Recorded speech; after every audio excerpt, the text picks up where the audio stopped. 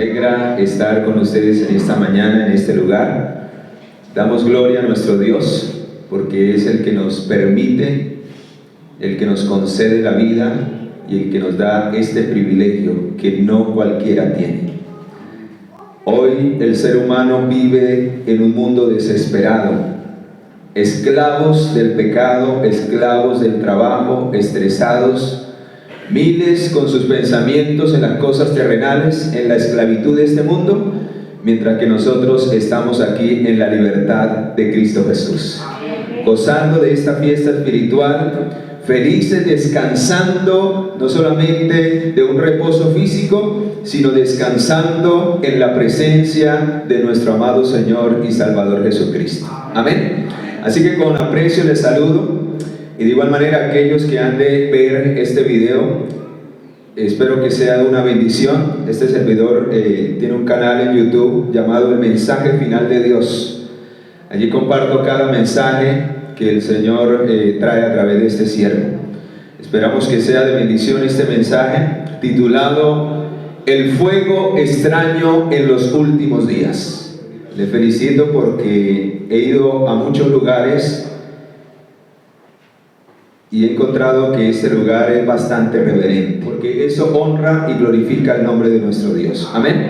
Y dice la inspiración divina que donde hay desorden, donde hay caos, donde los niños corren de aquí para allá, donde los adultos están de aquí para allá, dice que hay confusión y la presencia de Dios se retira de esos lugares. Así que de nada serviría estar aquí sin que la presencia de Dios estuviera con nosotros. Estaríamos perdiendo el tiempo. Muy bien, mis amados, vamos a entrar porque el tiempo es oro y hay mucho que decir, pero difícil de explicar, y esperamos que el Espíritu Santo nos ayude y podamos captar el mensaje de Dios para nuestra vida. Quiero advertir algo, hermanos. Si alguien se ofende por lo que se va a decir aquí, no se ofenda conmigo. Yo no vengo a hablar mis palabras. Todo lo que vengo a hablar es un así dice el Señor. Así que si hay algo del tema que le llega a su corazón, que le toca, es porque el Señor lo quiere llevar al arrepentimiento y quiere darle salvación y vida eterna. Amén. Y si estamos bien, alabemos el nombre de Dios, porque el fin es que cada día seamos mejores para glorificar su nombre y estar preparados por la eternidad. La gran responsabilidad del pueblo de Dios siempre ha recaído sobre los líderes de la iglesia, ya sean sacerdotes en el pasado, ya sean reyes. Los líderes de la iglesia eran los representantes de Dios para su pueblo.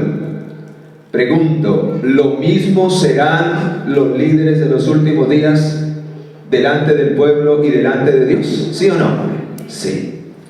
Así que quiero empezar hablando a los líderes, porque la palabra de Dios dice que lo que sean los líderes finalmente llegarán a ser el pueblo.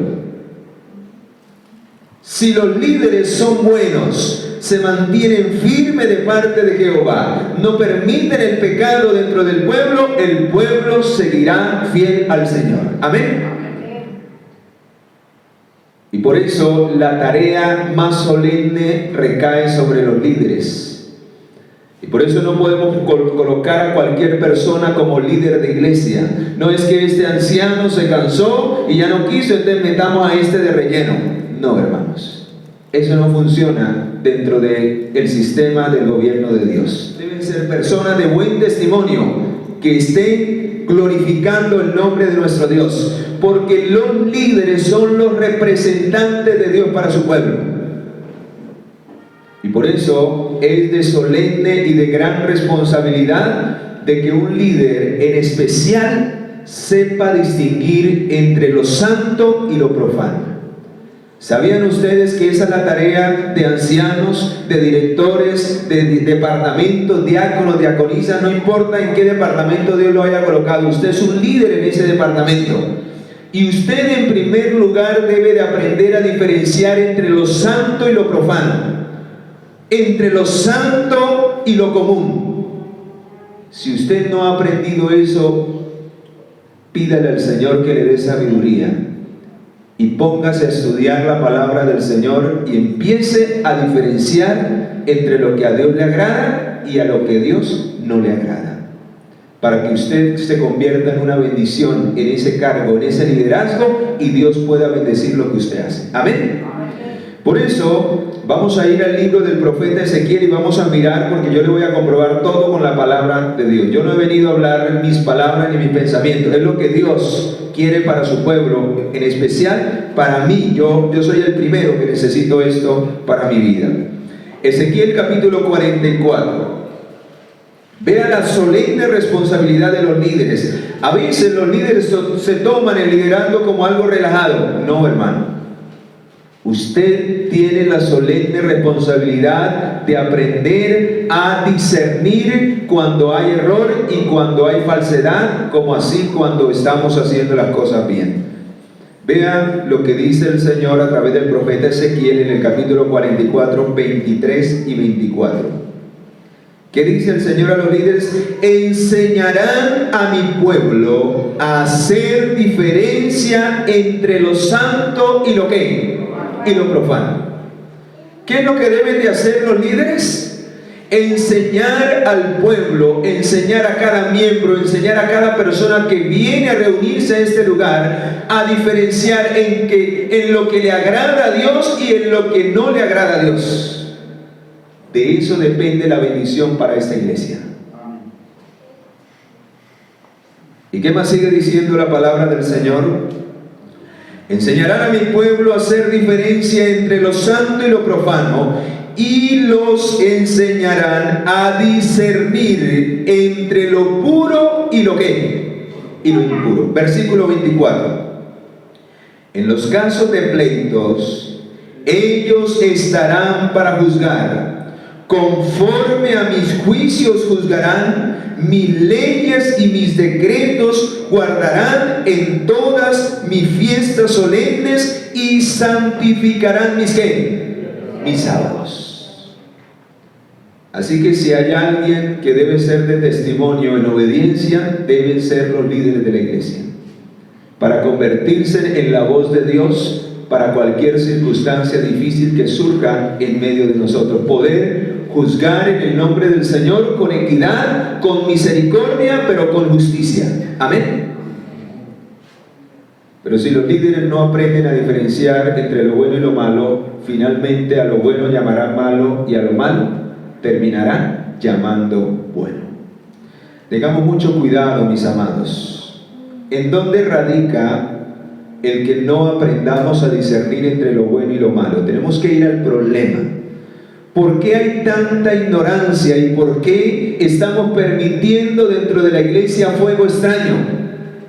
Y al final vamos a mirar, hermanos, cuál es el fuego extraño que se está metiendo dentro de nuestra iglesia. Espero que esta iglesia esté libre de ese fuego. Si no, no hay bendición para este pueblo.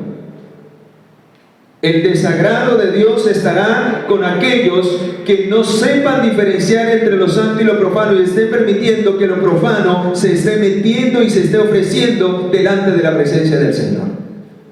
Y la mayoría de veces es por nuestra propia ignorancia.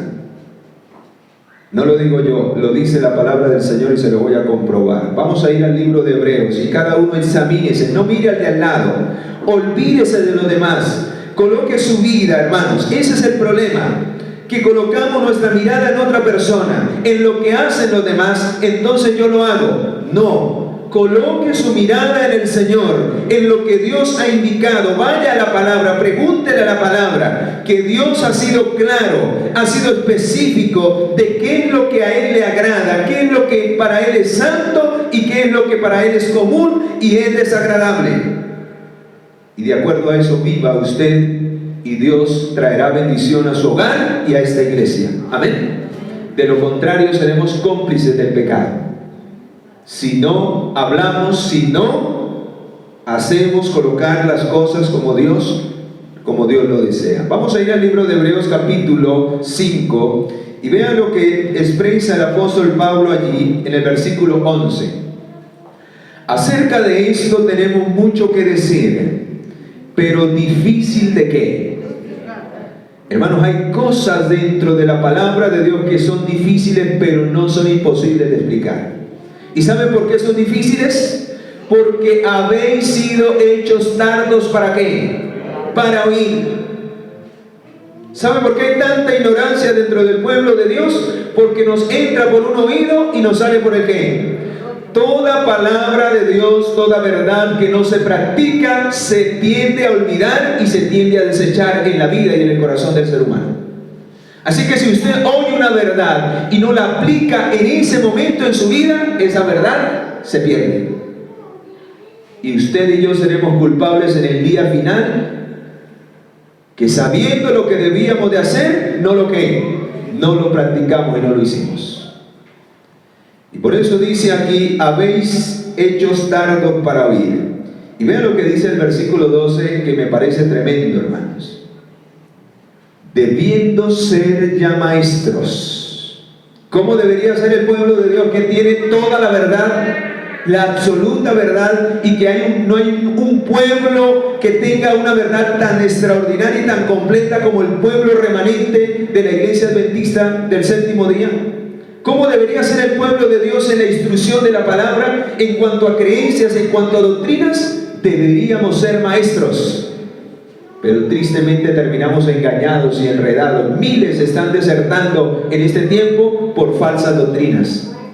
Hace poquito surgió y se está predicando por las redes sociales la doctrina del universalismo.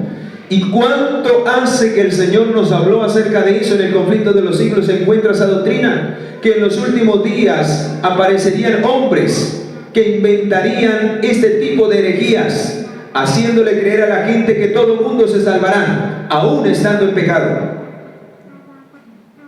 Y todavía hay personas que creen, y miles son desviados por estos errores, porque andamos en la ignorancia cuando somos ricos en conocimiento, pero no nos apropiamos de él.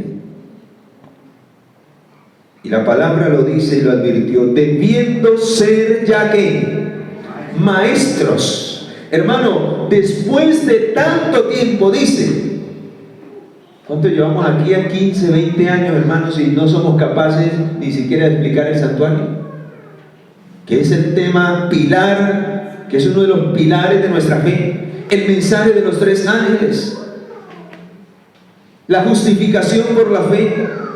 Si yo preguntara en esta mañana cuántos se saben, cuántas doctrinas contiene nuestra iglesia, cuántas creencias, al menos el número, a veces hasta lo desconocemos. Ahora el contenido, ahora la profundidad, cada texto, cada mensaje, con contundencia poder explicar cada creencia detallada, cada una de las 28 creencias que tiene nuestra iglesia, de las cuales se derivan estas 6 doctrinas fundamentales de la iglesia adventista.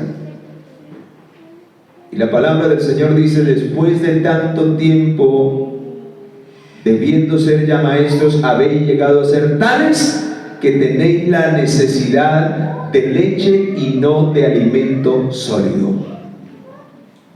Por eso lo que he venido a hacer en este lugar es a predicar alimento sólido, para que usted y yo podamos despertar.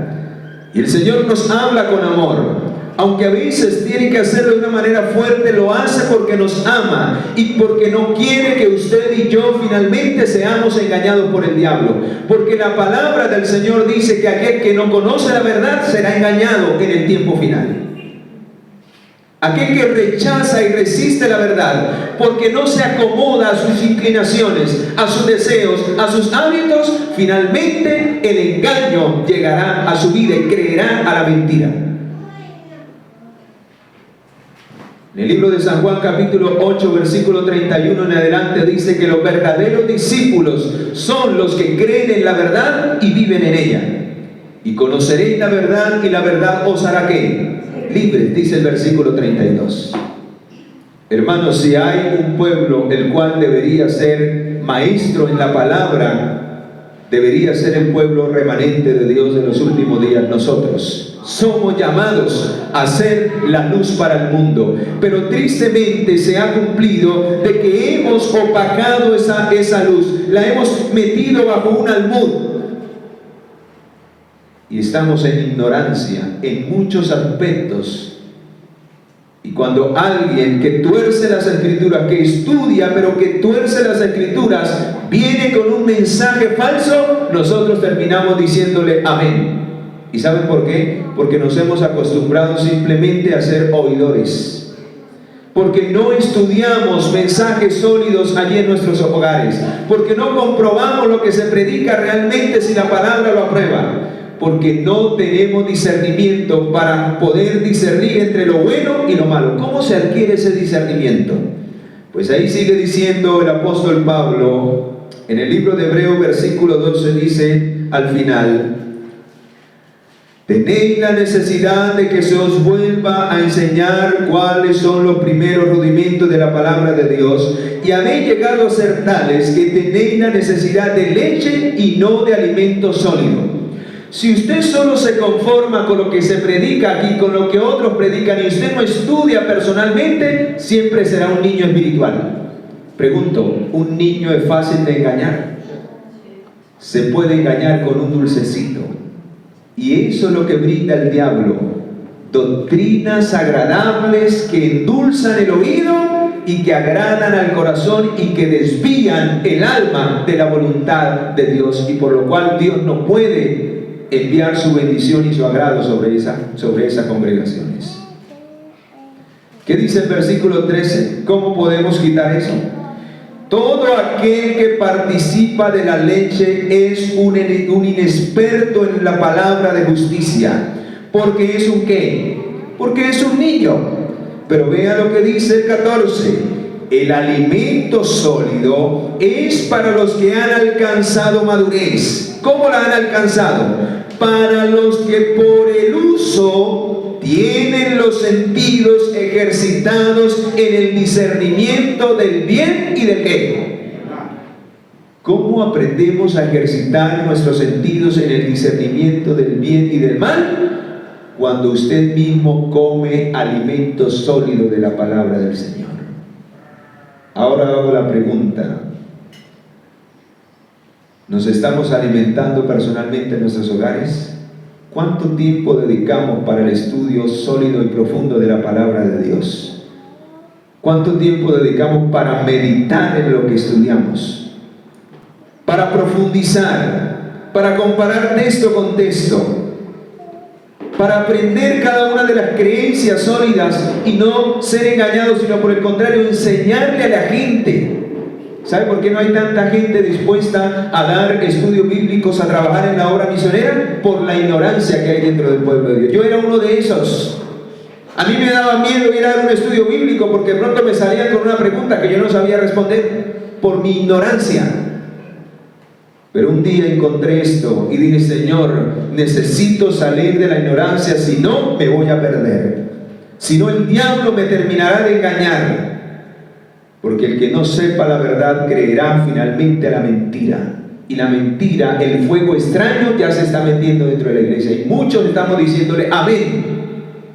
Y ahorita lo vamos a mirar al final. Y me puse a estudiar un día. Y cuando me puse a estudiar, yo le decía a mi sobrino, a quien se encuentra aquí, me encuentro feliz de que él esté aquí. Está empezando su vida cristiana, está en su lucha, pero está con fe y pie firme en hacer la voluntad de Dios. Duró mucho tiempo orándole al Señor para que le dieran el sábado, y hoy está con nosotros disfrutando de la delicia del sábado. Así que oremos para que él junto con su hogar puedan llegar finalmente a los pies de Cristo y puedan entregar sus vidas. Pero aquí está como un discípulo aprendiendo. Y yo le decía a él: si usted se prepara, si usted estudia, si usted profundiza, Dios lo va a utilizar como un mensajero. Dios lo irá a utilizar para ser un maestro para aquellos que necesitan conocer la verdad. Amén. Oseas capítulo 4. Oseas capítulo 4, versículo 1 en adelante. Dios quiera que esto no nos esté pasando como pueblo de Dios. Y si le está pasando, aquí el Señor ha enviado una atalaya a este lugar. Oíd palabra de Jehová. ¿Cómo se llama esta iglesia, perdón? Loma Linda. Oíd palabra de Jehová, porque ya los hijos de Israel, a los cuales les habló el profeta Oseas, ya están todos descansando. Ahora los hijos de Israel de los últimos días somos ¿quiénes? Somos nosotros aquí, la iglesia de Loma Linda, este servidor. Así que esta palabra es para ti y para mí. Oíd palabra de Jehová, hermanos de Loma Linda, porque Jehová contiende con los moradores de la tierra. ¿Qué es lo que está haciendo el Señor? ¿Y cómo contiende? Con el poder del Espíritu Santo. El Espíritu Santo hoy, al igual que en el tiempo de los antidiluvianos, contiende en el corazón de los habitantes de esta tierra. ¿Para qué?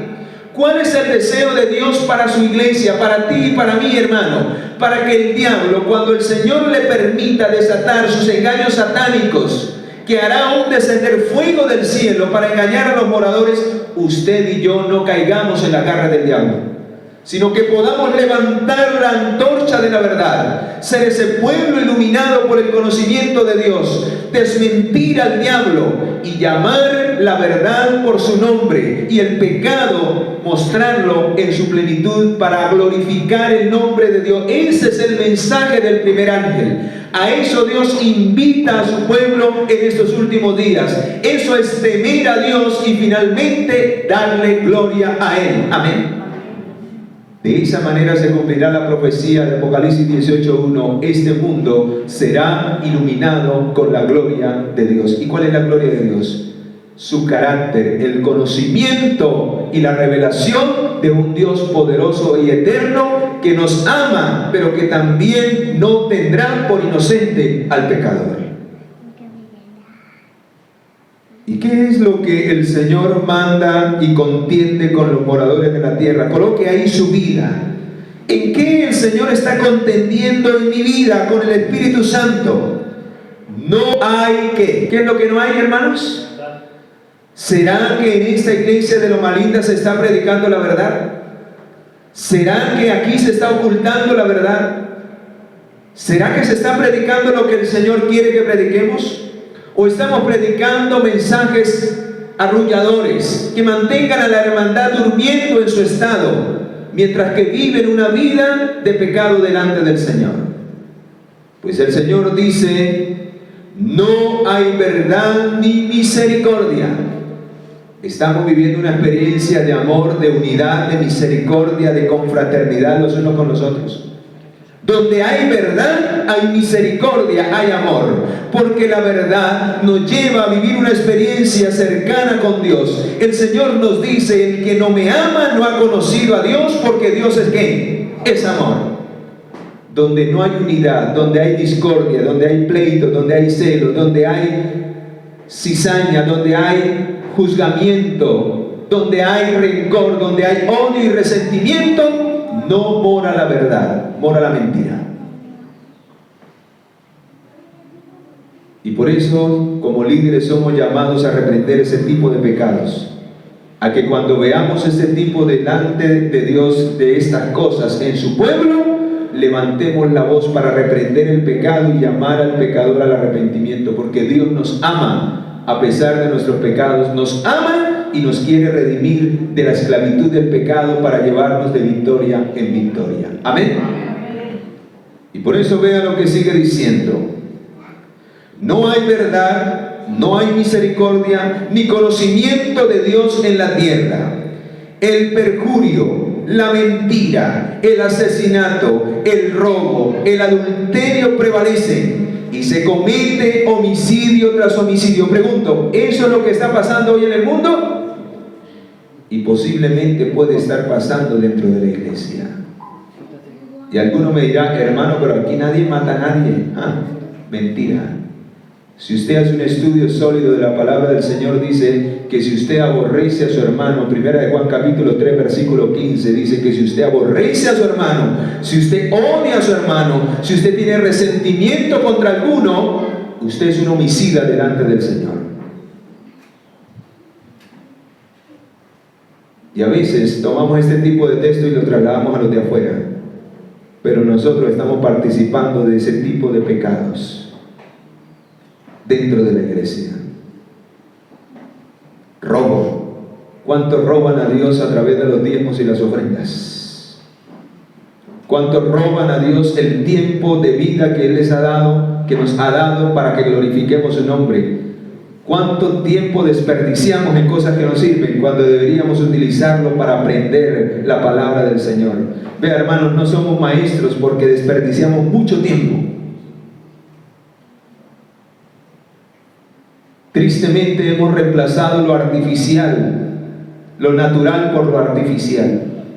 Hoy ya no se cantan este tipo de cantos con instrumentos. Ahora hemos traído la música del mundo dentro de la iglesia. Pistas que no adoran a Dios, llenas de batería y llenas de un montón de cosas, de ritmos. ¿Y saben por qué? Porque nos da pereza aprender un instrumento que glorifica el nombre de Dios y que alaba y que es solemne delante de la presencia del Señor. Que nadie acuse ni reprenda a otro. Tu pueblo es como los que resisten al sacerdote. Tropezarás por tanto en pleno día, y de noche tropezarán contigo el profeta, y a tu madre destruiré.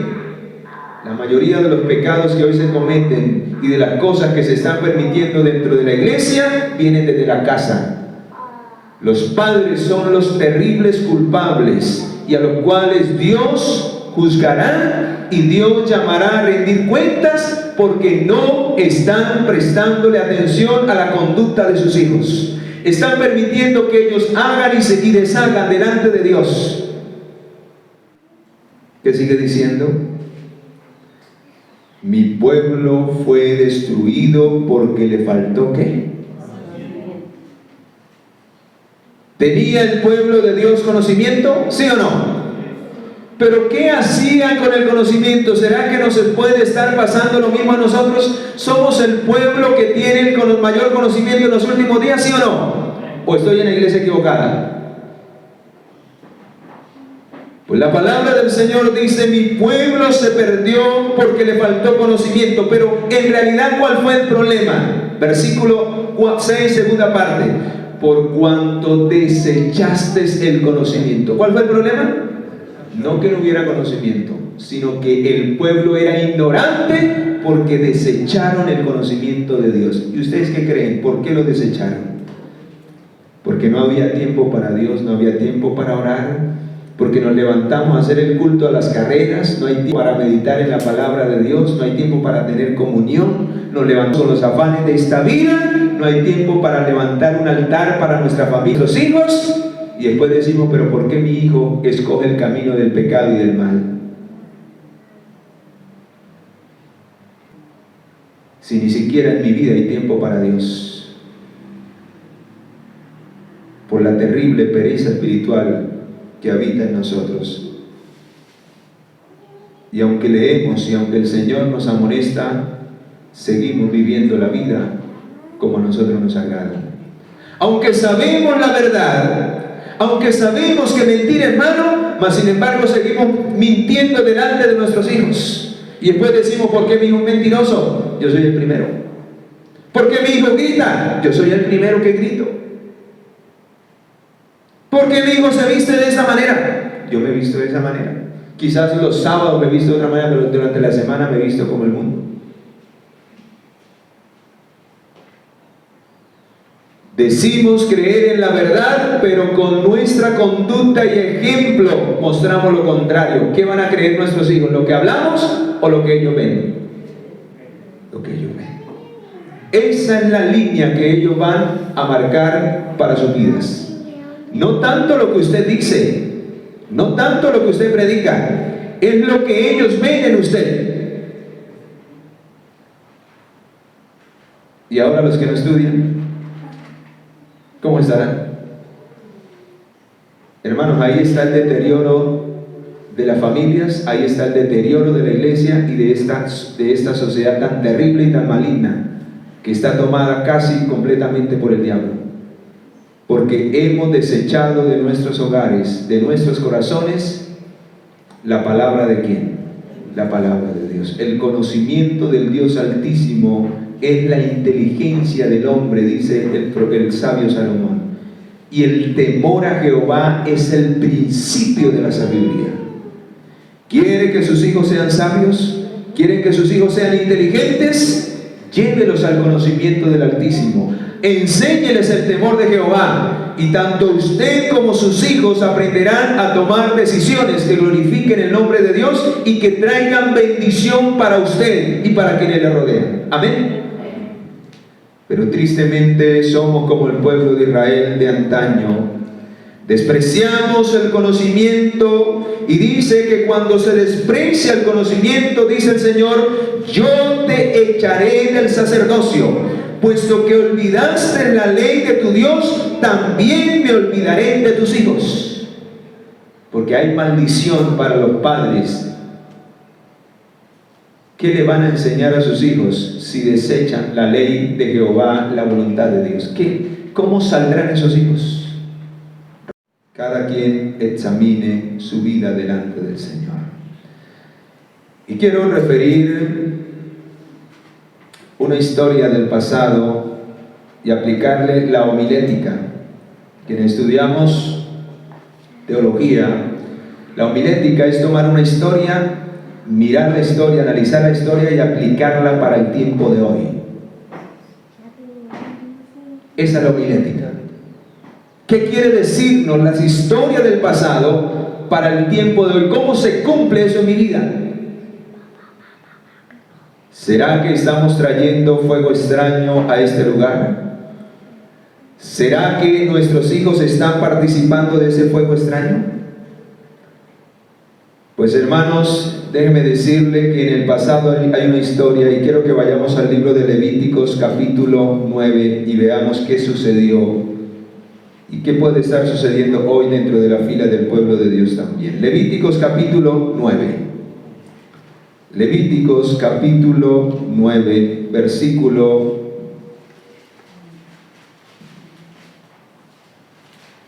23 en adelante.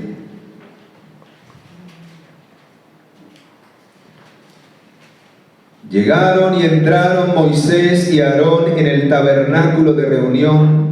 Cuando salieron, bendijeron al pueblo, y la gloria de Jehová se manifestó a todo el pueblo. ¿Y qué salió delante de la presencia de Jehová? ¿Qué dice el versículo 24? ¿Qué salió? Salió fuego de la presencia de Jehová y consumió, ¿qué consumió? Holocausto. Y todos los del pueblo alabaron y se postraron sobre sus rostros al ver esto. ¿De dónde fue que salió el fuego? De la presencia de Jehová. Pero ahora vean lo que pasó. Versículo 1, capítulo 10. Nadab y Abiud, hijos de Aarón. ¿Quién era Aarón dentro del pueblo? Un líder, quien debería de haber enseñado en primer lugar a sus hijos a diferenciar entre lo santo y lo profano. Pero vamos a ver qué pasó. Nadab y Abiud, hijos de Aarón, tomaron cada uno su incensario y pusieron en ello fuego. Le echaron incienso encima y ofrecieron delante de Jehová un fuego que... Pregunta, ¿de dónde sacaron ellos el fuego? De todo menos del altar donde Dios era el que había hecho descender fuego para quemar esa ofrenda. ¿De dónde debían sacar ellos fuego para que no fuera fuego extraño? Del altar del holocausto, en el cual Dios había manifestado su aprobación. Ellos debían tomar el incensario y sacar el fuego de allá. ¿De dónde lo sacaron? No, la Biblia no registra si fue un fósforo, si fueron con piedras, no sé. Pero de todos modos sacaron fuego de todo menos de la presencia de Dios. Y ese fuego era fuego extraño para Dios, del cual no había aprobación del Señor. ¿Y qué sucedió, mis amados? ¿Qué sucedió? Entonces, dice, este fuego era extraño que él nunca les había mandado. ¿Quién era el que mandaba fuego? ¿Quién era? El Señor. Al bendecir la ofrenda, el holocausto, Él mandaba el fuego, y de ese fuego era de que debían encender el incienso en el altar y trasladarlo al santuario, al templo. Pero ahora vea lo que dice el versículo 2. Entonces salió de la presencia de Jehová un fuego que los quemó y murieron delante de ¿quién? Pregunto, ¿es un terrible pecado traer fuego extraño delante de la presencia de Dios? ¿Será que Dios pasa por alto el que usted pase por alto las normas que Dios ha establecido para que le adoremos y para que nos presentemos delante de su presencia? Dios le había pedido y había colocado normas. El fuego solamente debía ser tomado del que proviniera de él. Segundo, debían ser hombres temperantes, que tuvieran una mente lúcida para aprender a discernir entre lo bueno y lo malo. No debían de beber vino ni sidra. Y estos jóvenes entraron borrachos a realizar ese tipo de sacrificio. Así que cometieron dos tremendos pecados. Entraron con una mente embotada por el alcohol y entraron haciendo y trayendo un fuego que Dios no había derramado sobre el holocausto. Y el fuego de Dios descendió y los quemó, los fulminó.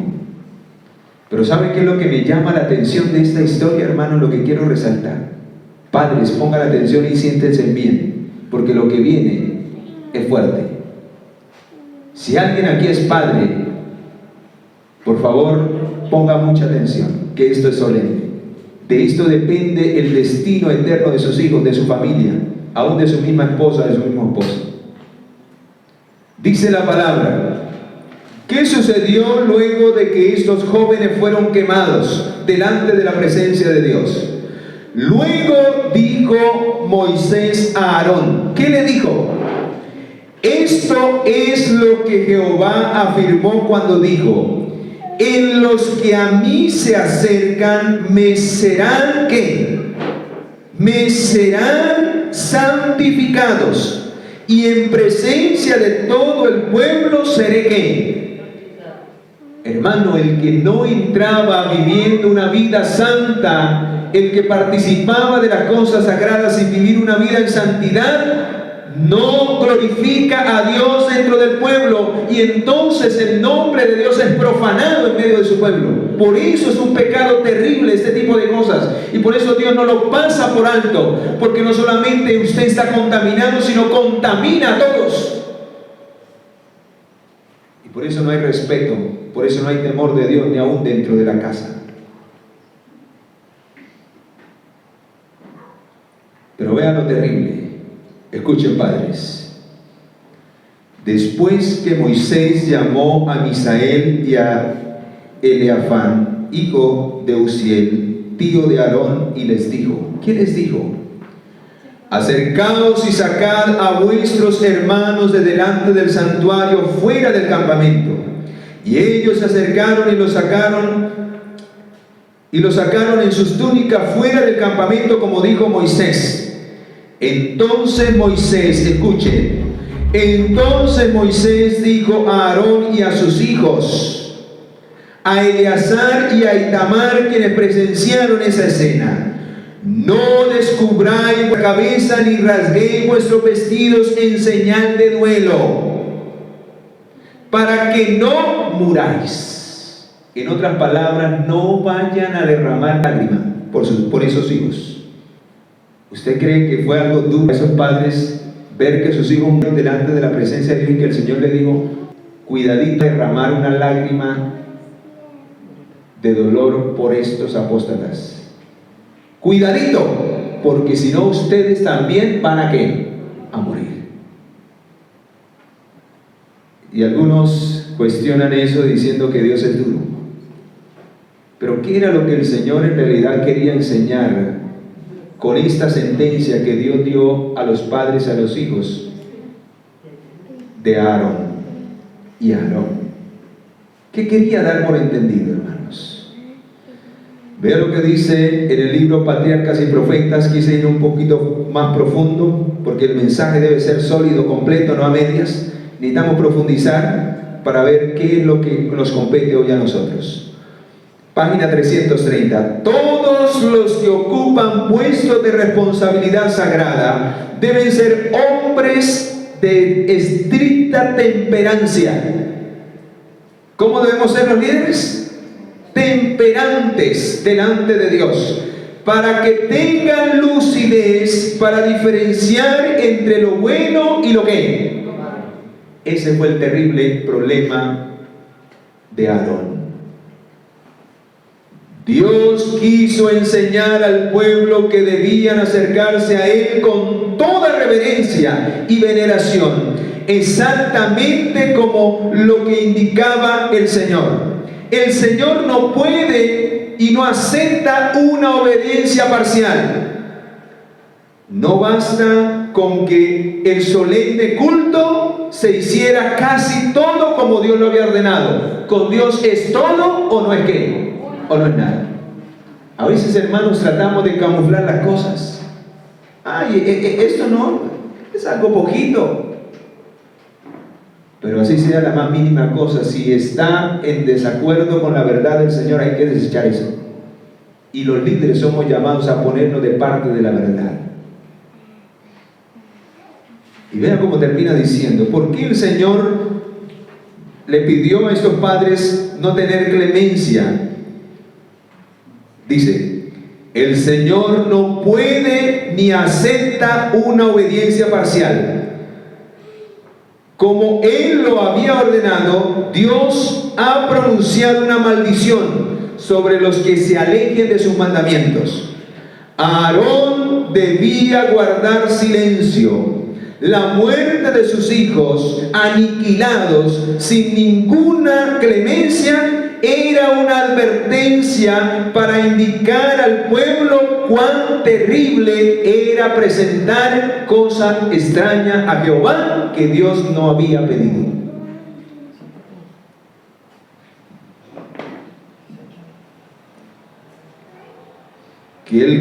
Que el pueblo reconociera ahora que este pecado traería como resultado muerte, y que el resultado de la vida de sus hijos era su propia negligencia en el cumplimiento de su deber como padre.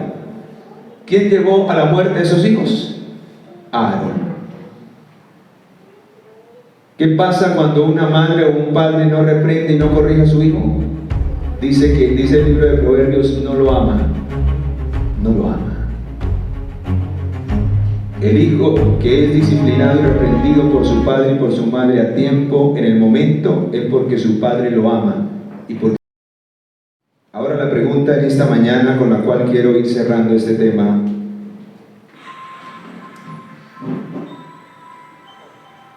¿será que el mismo Dios que exigía esa solemnidad, ese respeto, esa reverencia, es el mismo Dios del día de hoy? ¿Será que Él merece ese mismo y exige lo mismo que exigía en el pasado? Hermanos, si el Señor obrase como obraba en el pasado, ¿cuánta matazón no habría en la iglesia? ¿Cuántos no caerían fulminados por el fuego de Dios? Eclesiastés capítulo 1, versículo 9. Dice así el nombre de nuestro Dios. Eclesiastés capítulo 1, versículo 9. Dice allí: ¿qué es lo que fue? Lo mismo que será. ¿Qué es lo que ha sido hecho? Lo mismo que se hará, pues no hay nada nuevo debajo del sol. La historia se volverá a repetir tristemente. Pero la pregunta es: ¿será que se va a repetir en tu vida y mi vida, o en esta iglesia de Loma Linda? ¿Será que permitiremos que el diablo repita la historia de Nadab y Abiú delante de la presencia de Dios en este tiempo? Pues, hermanos, cosas extrañas se están introduciendo hoy dentro de nuestra iglesia, que es fuego extraño delante de Dios. Y el tiempo no nos va a dar para mucho, pero voy a mencionar una específicamente que a mí me está preocupando y que la palabra y la mensajera del Señor la señala como una cosa extraña, y que están haciendo que nuestros corazones se vuelvan codiciosos, egoístas y no dadivosos y entregados a la obra de Dios. Se están metiendo ofrendas cojas y enfermizas dentro de la iglesia que no llevan la bendición sino la maldición de Dios. ¿Cómo así? Sí, hermano.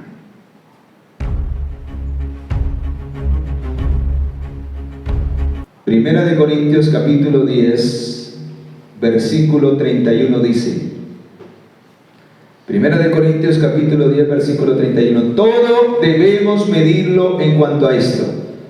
Aplique este principio a todo lo que usted haga, porque así lo dice la palabra. ¿Qué dice 1 Corintios 10, 31?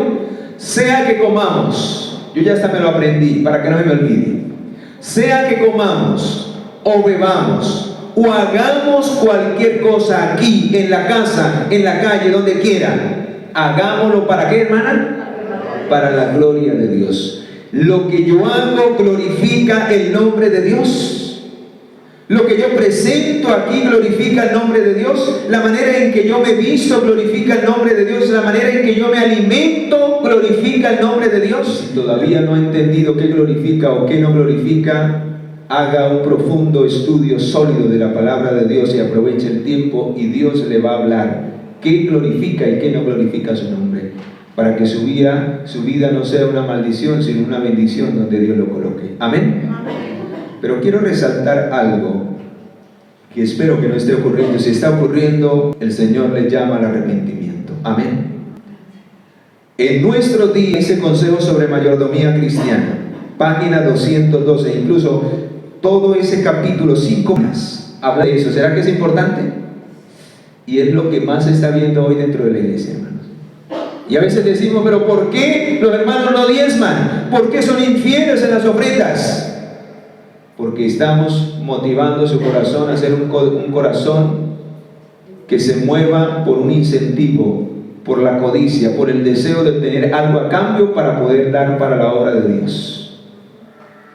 En nuestros días vemos que en las iglesias se estimulan las comilonas, la glotonería y la pasión por medio de comidas, ferias, bailes y festivales establecidos con el propósito de reunir fondos para la tesorería de la iglesia. Y me llama la atención y yo decía, ¿será que en el original dice bailes? Pareciera que no fuera para el pueblo de hoy. Sí, en el original dice bailes. No ha sido modificada ni cambiada esa palabra allá en bailes. Pues hermanos, aunque aquí no lo veamos, en otros lugares se está viviendo esto. Usted debe de una manera voluntaria, desinteresada, entregar lo que tenga que entregar y lo que el Espíritu le coloque para el servicio de la obra de Dios, sin necesidad de este tipo de cosas. Porque vea lo que termina diciendo. Alejémonos de todas estas corrupciones y disipaciones, de festivales practicados en la iglesia y que ejercen una influencia desmoralizadora sobre jóvenes y adultos. No tenemos derecho de cubrirlo con una capa de santidad, porque los recursos obtenidos hayan de emplearse para el beneficio de la iglesia. No, es que es para los proyectos de la iglesia. No, hermano. Tales ofrendas son cojas y enfermas y llevan la maldición de Dios. ¿Qué llevan?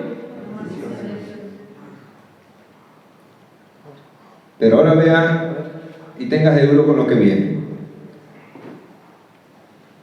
Son el precio de las almas. Aunque desde el púlpito se patrocinen este tipo de festivales, de bailes, de lotería, de ferias, de comilonas, abundantes para recoger recursos para la iglesia, nosotros no debemos participar en ninguna de estas cosas, porque si lo hacemos, experimentaremos el desagrado de Dios. Dios no se agrada de ese tipo de cosas. Y dejé lo más importante para lo último. Vea lo que dice aquí. Pregunto, ¿será esto fuego extraño para Dios? ¿Ustedes qué dicen? ¿Será esto fuego extraño para Dios?